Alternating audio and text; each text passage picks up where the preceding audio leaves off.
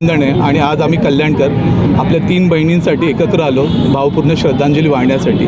आमची सरकारकडे एकच मागणी आहे की जर बलात्कार बंद करायचा असेल तर कायद्यामध्ये तुम्ही फाशीची शिक्षाचं प्रावधान करा आणि समाजामध्ये जे OTT प्लॅटफॉर्म्स आहेत आणि सोशल मीडिया पेजेस आहेत ज्याच्यावरती हे सर्व पॉर्नोग्राफी साईट्स आहेत त्यासाठी हे पूर्णपणे बंद करा, तरच आपली पिढी वाचेल आणि आपली स्त्री अजून शक्तिमान होईल आणि सुरक्षित राहील। हीच आमची मागणी आहे कल्याणकरांकडून। असं वाटतं जेव्हा आपण न्यायाविषयी बोलतोय तर आपल्या जे सरकार आहे त्यांनी हा विचार करायला पाहिजे की कोणतंही justice denied is that delay of justice that means it is denied.